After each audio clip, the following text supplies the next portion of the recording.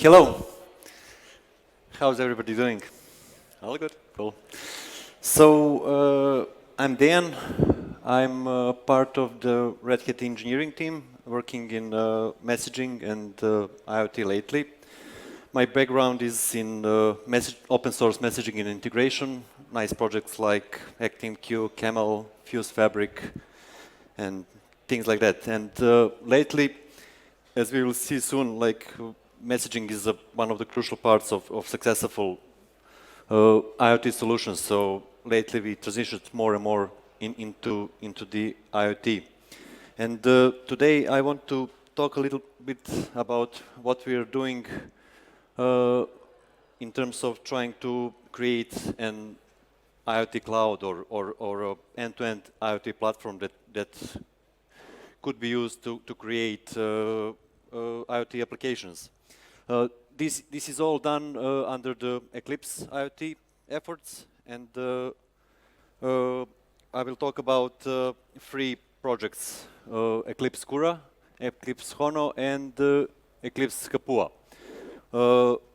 You probably never heard of 2 of these projects, because that's because they are basically now in incubation phase. So it's really early stage. So we'll see where we are now, and then in the end talk about where we want to go and where we're going to be in the future. So before we start, just a little bit recapitulation, what's an IoT application. And the good news here is that this problem is solved long time ago. I mean, you see graphs like this all the time. Like on the one side you have devices, on the other side you have applications, and then there's something in the middle that needs to integrate and connect all those things together, right? So devices, we call devices everything from a simple sensor that have only a near range connectivity to small computers like Raspberry Pis and Arduinos and whatnot. And the problem here is that there's a wide variety of things that we call devices. So there's a difference in connectivity, as I said. So some of the devices are IP enabled, so they can connect to the internet, they can send and receive data from the internet. But even there, you have a lot of variety, a lot of protocols like MQTT and LWM2M, AMQP, HTTP, whatever. I mean, these devices talk. Every manufacturer has its own right idea, like what we're going to do and what not to do, right? Then we have other devices that have only a near range connectivity, like Bluetooths and Zigbees, like very simple things that we even can't connect to the internet originally, right? So that's only connectivity. Now the functions, we have 2 types of devices usually.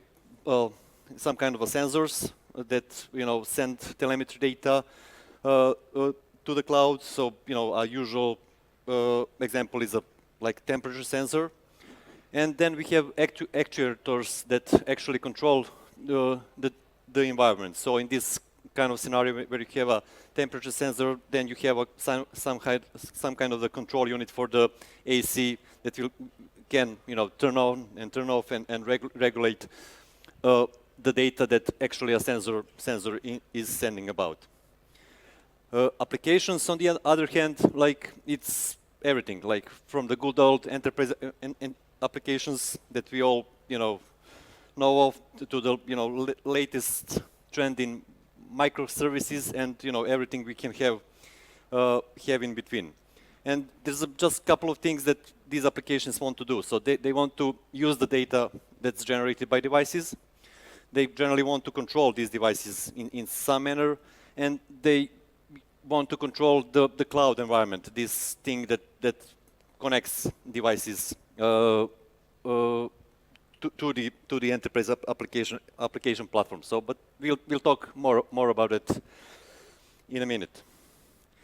And so now we get to the cloud. So if you know what we have on the device side, what we have on the application side, we can see what features do we want from that IoT cloud. So we want connectivity is one of the big things. Like we want to connect a lot of devices to the application. So it needs to be a very scalable connectivity layer. We need to provide we need to provide a security layer. We need to know, like, are these devices that are sending data are actually our devices? Are these applications actually allowed to control these devices and things like that? I mean, you can see that, you know, security in this domain will be more and more important because, like, probably everybody heard that, you know, the biggest DDoS attack that was done a couple of weeks ago was done using hacked routers and hacked web cameras and things like that. So you can see that, you know, these devices are a perfect target for hackers and intrusions. So security needs to be like a concern from the day one in constructing the system like this. And besides that, you know, the cloud needs to provide a couple of you know, useful services. Like, you need to know to be able to, you know, onboard device, to configure it, to provide its states. You need to be to know, is it connected, is it disconnected? You know, what's the life cycle of the device? Why it's been disconnected for 3 weeks and things like that. So you can basically make a maintenance decision on top of these state data. And, you know, in the end, we need to handle all these telemetry data produced by the devices. So we need to provide some kind of the big data storage for everything and real-time analytics. So everything that, you know, that's covering that big data. This is the source for the big data, really. So we need to provide a pluggable way so we can enable people to, you know, store and analyze these data, because that's the whole point of having the IoT application in the end, right? The pitfalls that we saw so far is that because this is such a new area, and when I say the new area, I said, you know, that basically the problem is solved decades ago. So we have devices, we have, you know, connecting them, so people are producing this hardware for decades. But what's new is that, you know, we have a new scalability level. So it's not like dozen devices anymore. It's like you can see people trying to connect tens of thousands or hundreds of thousands of devices to the cloud. And, you know, you can imagine what will they try to do in a 5 to 10 years period. So it's nothing new functionally, but it's a new thing that you know, the scale of it is becoming a problem. So people trying to create their own things, because they're still not, there's no open source platforms that they can use, and they end up creating silo applications which are, you know, hard to maintain, hard to upgrade, hard to scale, hard to secure. So, and they end up recreating, you know, solving the same problems and creating same new problems from going from project to project. So that's where we came from. Like, and what we want to do is to provide this kind of a platform that, you know, could be used, that's, you know, open source and governed by the proper, you know, software foundation like ECLIPSE. So that, you know, it's based on the standards, it's built in a scalable way, and you know, easy to secure and maintain, so that, you know, people deploying applications can only basically focus on writing the parts of the application code on the devices, and writing application that will use data and control those devices on the backend side, right? So for that we have among others, 3 projects. First one is the device gateway called ECLIPSE KURA. We'll get into, you know, why we need the device gateway and what it does. Then we need an IoT connector, or something like messaging specialized for the IoT use cases, and that's developed under the ECLIPSE HONO project. And finally, we have IoT Cloud, the project called ECLIPSE KAPUA, which will try to provide, to use the gateway and the use connector, and then provide all the services that's needed, you know, so we can have a scalable and maintainable IoT solution. So let's start with a gateway. Basically, as we said, you know, like there's a lot of devices there that doesn't connect to the internet. So we need the first role of the device gateway is to do this IP onboarding. So you connect your device over the serial port or over the Bluetooth or whatever, and it goes to the nearest gateway, and that gateway has a future a connection up to the cloud. That's first very important role of the gateway. Then what you can do is you can do some kind of data pre-processing on the gateway so that you don't send all your data. So basically, I don't want to send temperature every minute over the cloud. I want to take averages, and I can do that on the gateway every 5 minutes, and then send averages. Then you can connect basically multiple devices, multiple sensors to the single gateway, and you can have multiple gateway applications living there. So what we want to do is to have some kind of the API and some kind of way to control these gateways. So you can install new applications, you can do upgrades, you can do configuration changes, everything, you know, over the line, basically. And that's also where the operational management comes in. So everything that's not application related, so like upgrading the operating system, installing new certificates, or whatever, you know, you can imagine having into the like first step into the IoT world. So this is basically a typical architecture. So you have a lot of sensors, things like that connects directly to gateway. You have your application living there, so pulling data from the sensors, or you know, receiving data from the sensor, and then you know, making one single connection to the data center and sending either raw data or pre-processed data or anything like that. It's a little bit blurry, but I hope you can see most of it here. So this is basically how KURA looks today. On the top, you can see applications layer. So that's where your KURA applications live. It uses well-defined APIs at the bottom. So that's device abstractions, and you don't see there, but you have their APIs for the GPIO, for Raspberry Pis. You have a GPS API, Bluetooth API, whatever you need to get to the particular sensor, particular device. And then, you know, using that data, you use the connectivity and delivery layer up there to send those data up to the cloud. There's more things going on inside of the KURA. There's a lot of services that are, you know, operational services, API for, you know, configuring these applications, as I said, and in the end, there's a administration web application which you can connect to and manage your device gateway. I briefly explained all this. So basically, what's KURA application?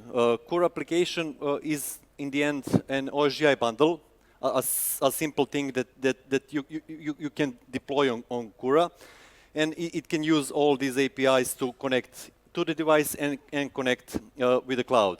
In the newer versions of KURA, we also added Apache Camel integration, which is an integration framework, very popular, and it's a perfect fit for this kind of application because you really want to, you know, read one data source, do something with the data, push that data to another endpoint.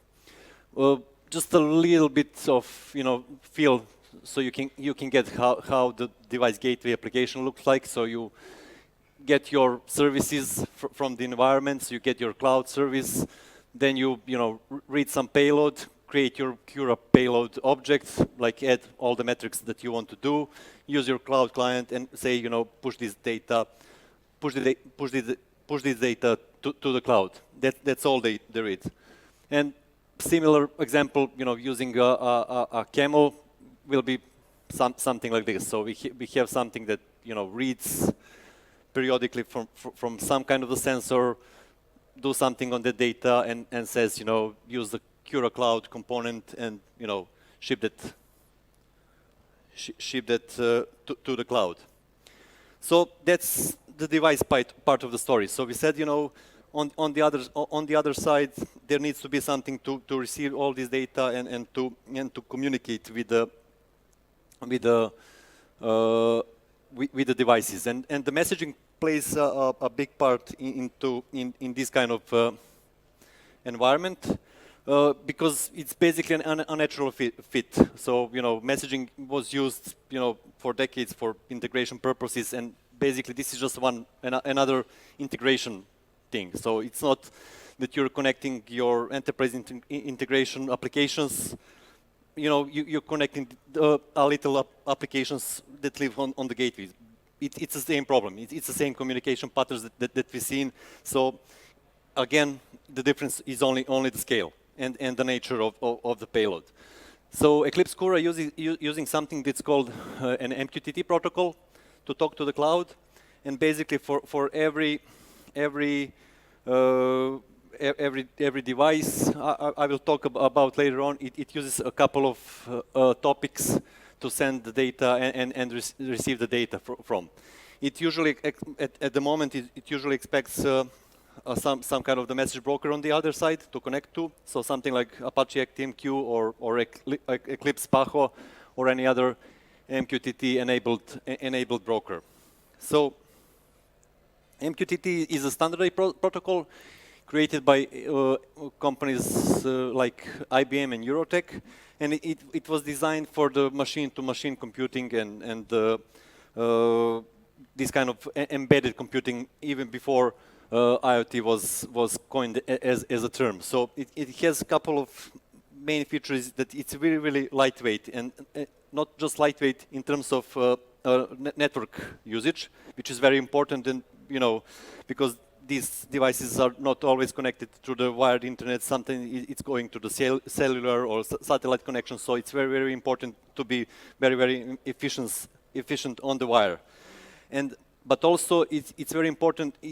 When it was designed, very important to be very simple protocol, so that you know the clients are very lightweight, so that you can, you know, have lightweight clients on the very constrained devices in terms of power, memory, and everything like that. It's a PubSub protocol, so you know you define topics, you define listeners on those topics, and then you send messages on those topics, and all the listeners will receive all the messages about it. There's a quality service defined, so you can define, can you afford or not to lose those messages, basically. So you know, there's a less important messages that we can afford to lose. So there's a less maintenance thing that we need to do for the delivery of those messages, and then there's important messages that we certainly want to deliver and make sure that they reach the end destination. The typical example of this, like telemetry messages, is very cheap, and you know they can be unreliable, because if you miss like half an hour of temperature sensor reading, you don't care. You'll get your data later on, and you will pick it up from there. So those messages usually can go like non-persistent QS0, what it's called in MQTT terminology, kind of messages. But if you send a command and control messages back to the device saying like close the door or things like that, those are important messages which needs to be delivered with some kind of the reliability. So this MQTT is basically one of the standard protocols today that's used not only by ECLIPSE KURA, but generally in many IoT projects.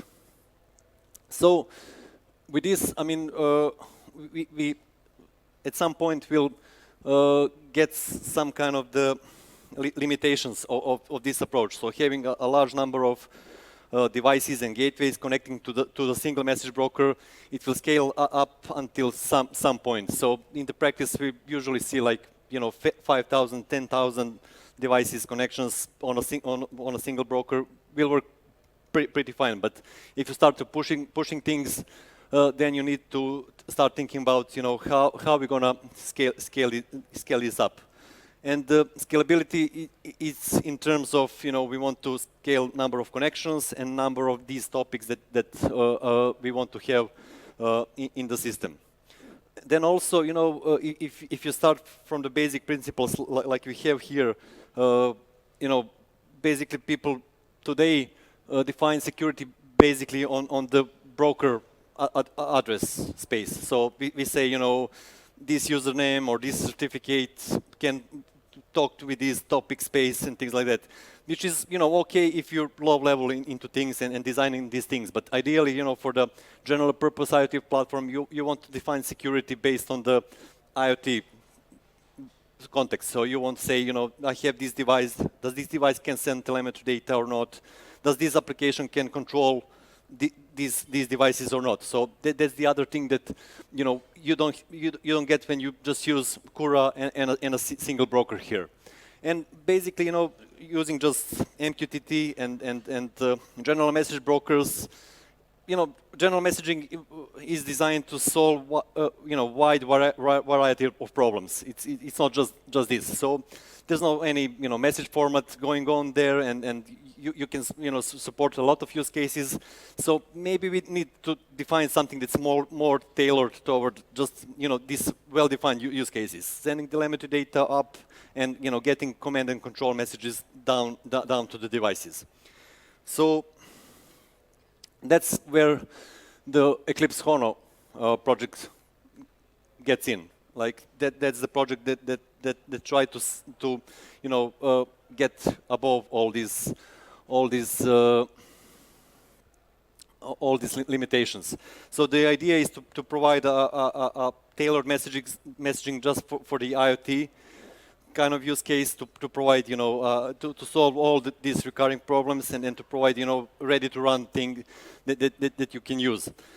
It needs to support a couple of things. It needs to provide, a general messaging API for these kind of things, like telemetry and things like that. It needs to provide wide variety of protocols, but because as we said, there's things going on in the field.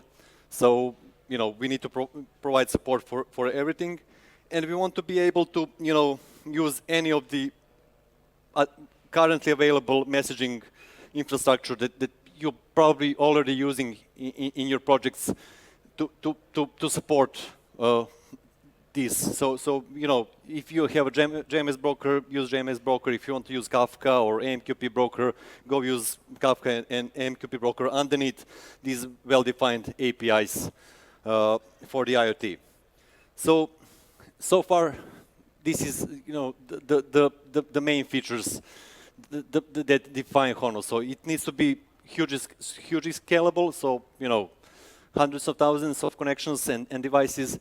We need to provide a multi-tenancy. So basically, we want to run multiple different applications inside on the same infrastructure, so that they don't share the same address space. We want to provide the security based on the device identifications, and we want to have a multiple protocol support. So this is the bare minimum of features that this kind of a messaging system needs to have. And so far, we chose to define APIs based on the AMQP 1.0 protocol, and that API define, as we will see soon, define the message formats coming in and out of HONO, and define the message exchange patterns that happens for a certain communication levels. A little bit about the AMQP. It's also a messaging protocol, messaging wire protocol. It's also being standardized. Unlike MQTT, it's basically designed to be a general purpose messaging protocol, so it's much more complex. It's much more heavy on the wire, but it has a very rich feature set which can help us to solve some of the problems. So it also defines the QoS guarantees, like the MQTT, but it provides like the type system which is necessary to build these APIs, as you'll see in the moment, and it provides the advanced flow control, which means that we can define priority channels and non-priority channels over the same connection, which can also be very important for IoT use cases. And one of the main thing that helps with solving some of the scalability problems is that it's a symmetrical message protocol. So which means that the protocol itself doesn't require any brokers. So it's symmetrical. You just have two endpoints that exchange some of the packets between them. So it can be point to point. It can be client to broker, and it can be client to broker via some kind of the proxies.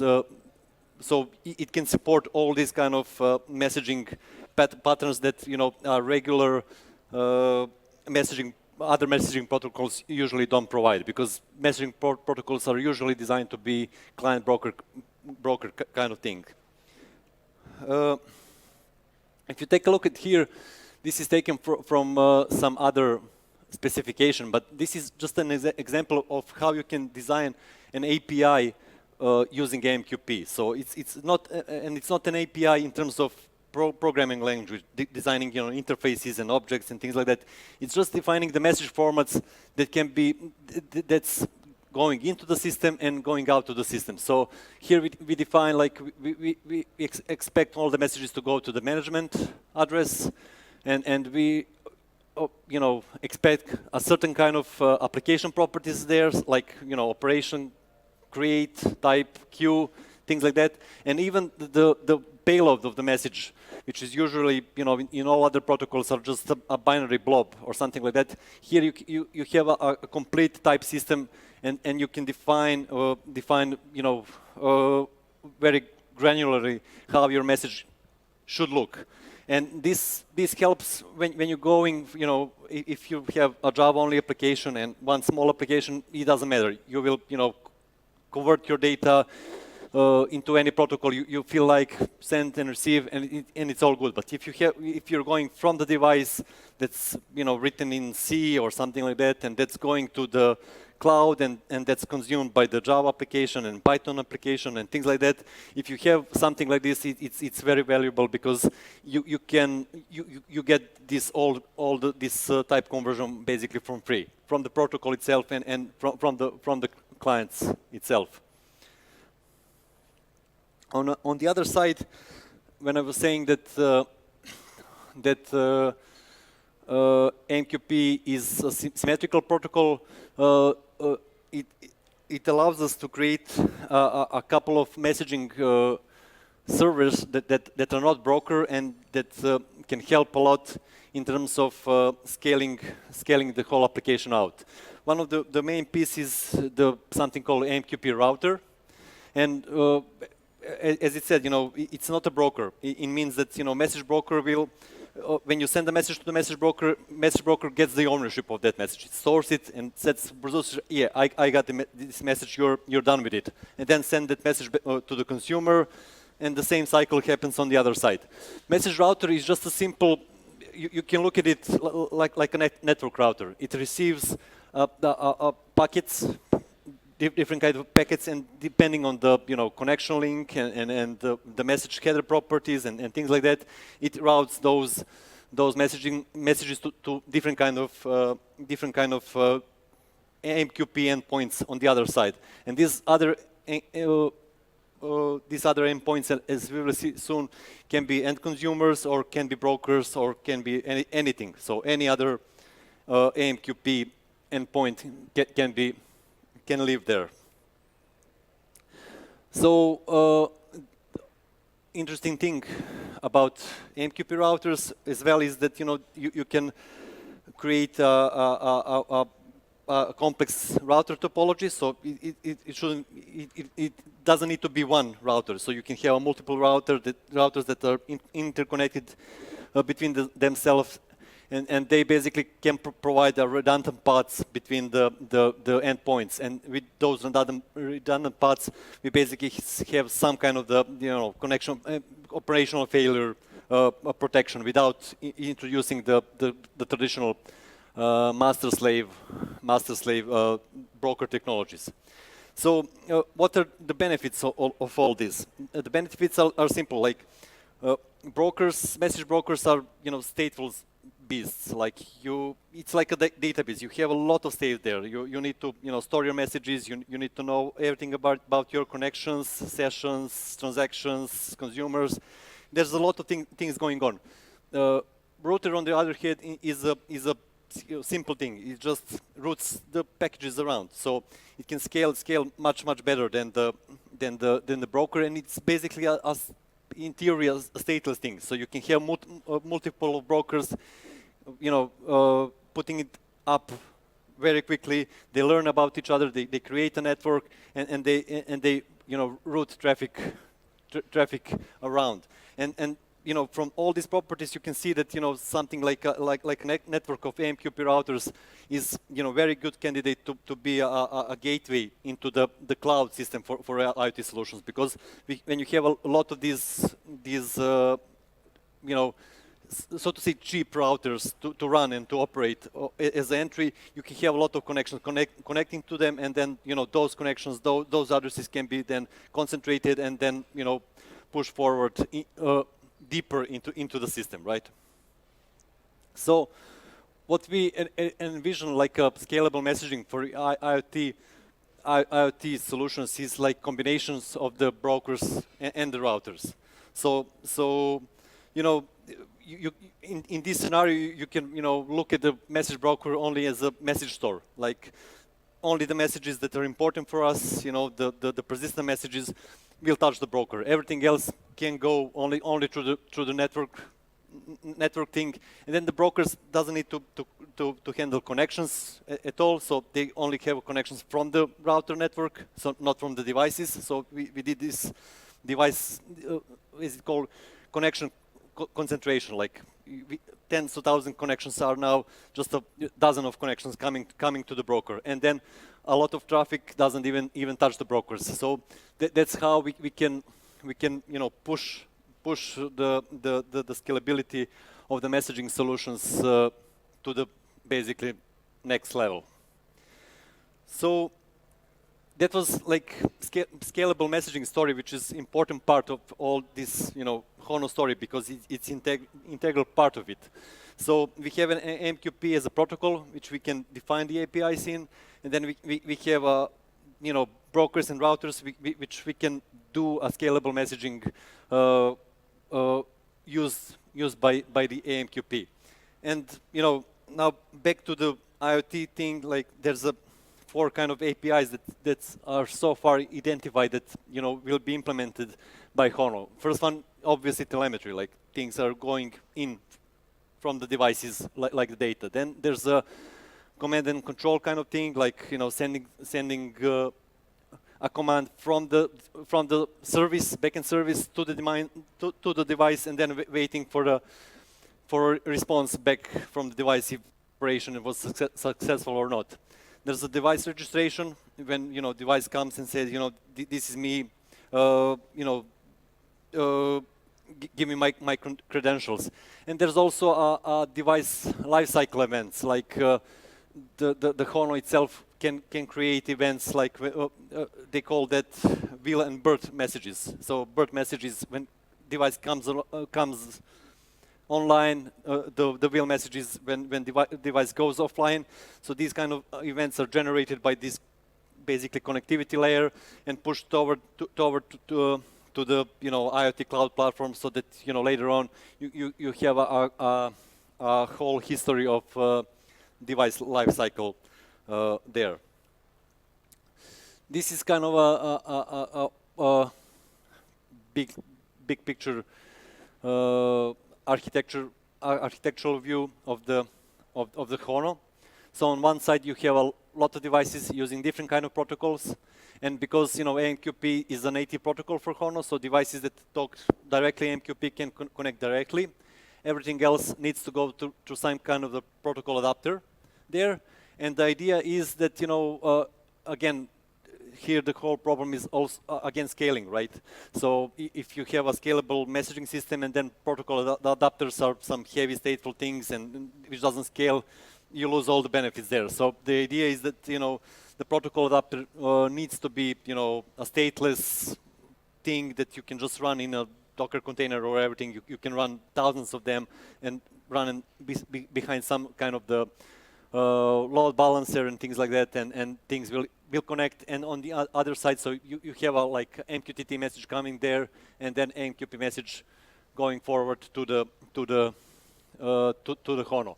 And on the other side, like you can imagine services, we will see later on how that look, but like data collection services and device management services, they all speak AMQP API inside of the HONO. So it's all defined on the networking layers, networking API layer. This was covered. If we go one step further, now all the clients thing on the left side are the protocol adapters and AMQP clients directly, but this is how this HONO box could basically work. So on the right side, we have a router network and the brokers. That's what we define as a scalable messaging solution. And on the left side, we have something that needs to pre-process these messages coming into a network. And the basic thing that this HONO server needs to do is to validate the API for the first thing. Like, is this a telemetry message? Yes. What's this device ID? Is this a valid credential? Does this, and do some basic device-based authentication, like what we said that we want to do. And again, this component needs to be very stateless, so that it can scale easily in front of anything else.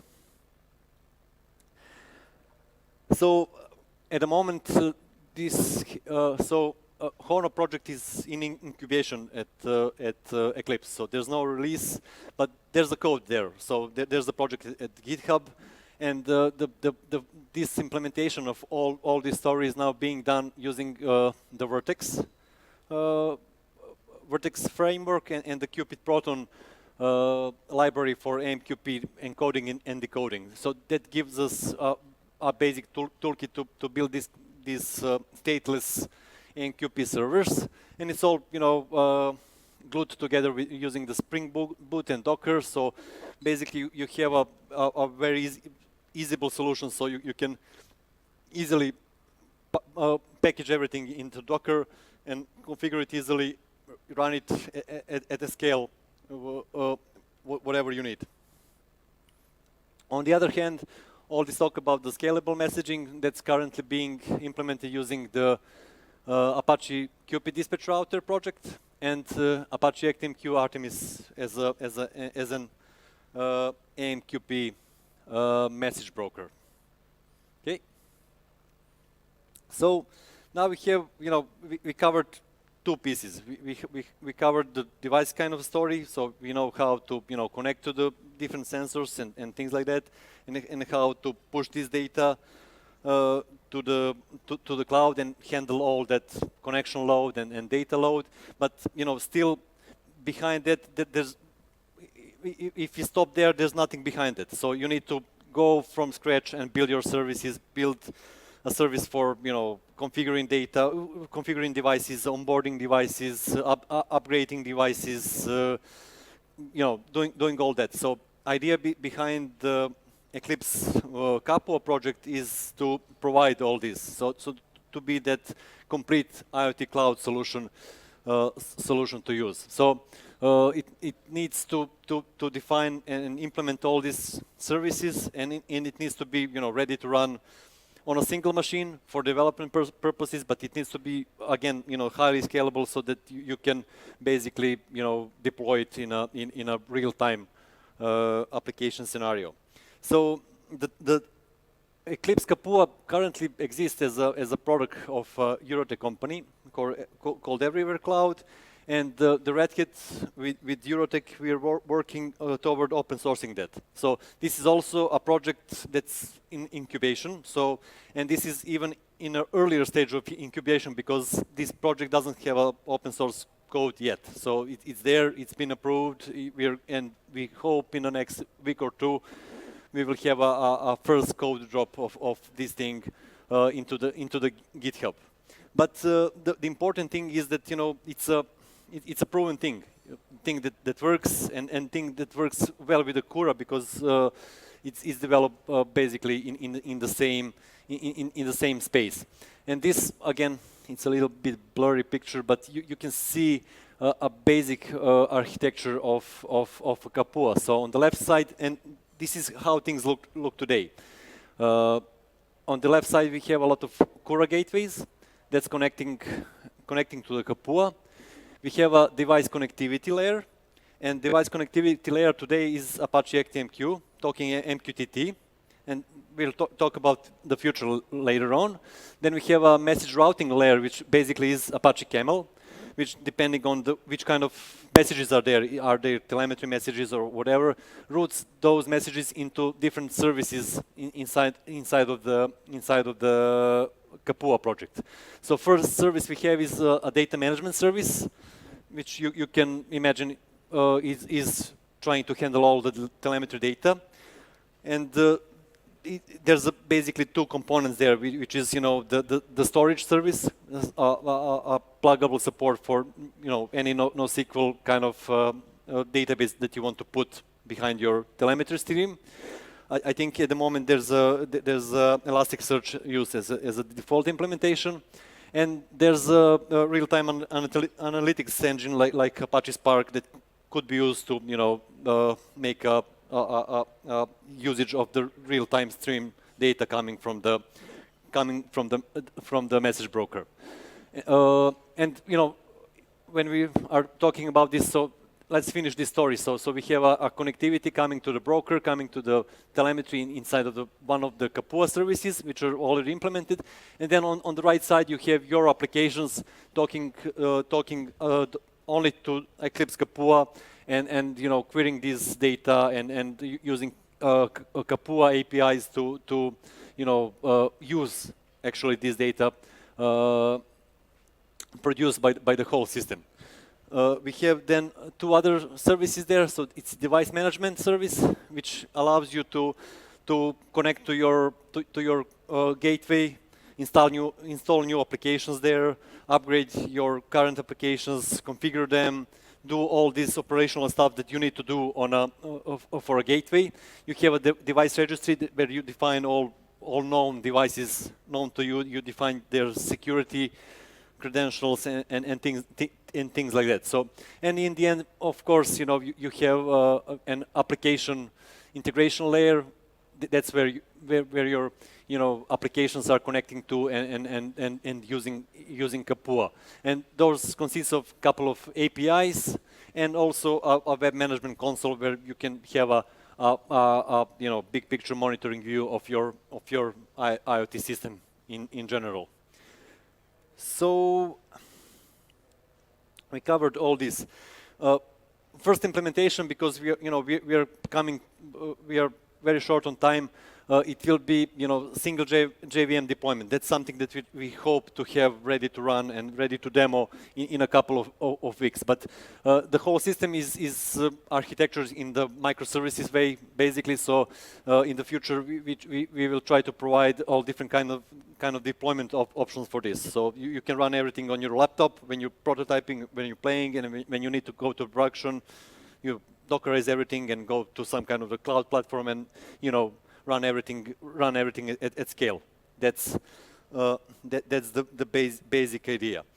So in the future, we want to add more stuff everywhere, right? So at the moment, KURA is only MQTT based.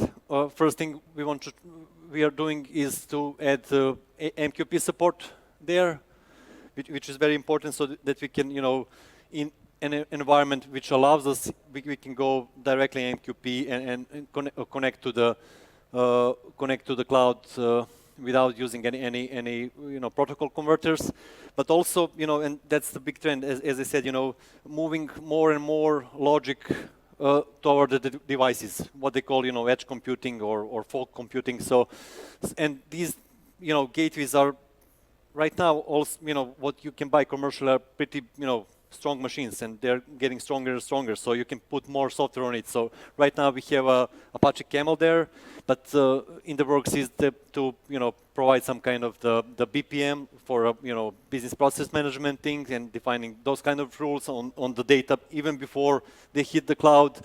You can imagine adding like Apache Spark as well there to do real-time streaming on the gateway. And what we hear more and more is people that try to use not one gateway and the sensor to it. They want to have a network of gateways. So little smaller gateways on this floor, and then one main gateway for this building that will shoot the messages up, right? So like a hierarchy of device gateways. And for that, at some point, you can imagine that even a message broker will live on the gateway to provide all this kind of inter-gateway integration. Then on KAPUA side, as I said, the first thing will be very monolithic in terms of the deployment, but not so in terms of how the services are designed and specified. So we'll work more to define microservices deployment options for these services, and providing REST APIs and AMQP APIs and Dockerize everything, and also going in the direction of replacing a single ActiveMQ broker there with a whole HONO kind of architecture, so that it can provide a scalability that we need from the messaging connectivity layer for the system like this. So that's basically where we are at the moment, and as you can see, a lot of these things are very, very new. So there's a lot of things that can be done. It's all done in open source, in well-governed ECLIPSE projects. So and there are a lot of interest from the big companies. Red Hat is only one. There's a Eurotech heavily involved there, Bosch, Siemens, and all the big industrial companies. Very, very interesting in these kind of things. So if this interests you, please join the effort. There's a lot of opportunity and a lot of things that can be done in this space. Thank you.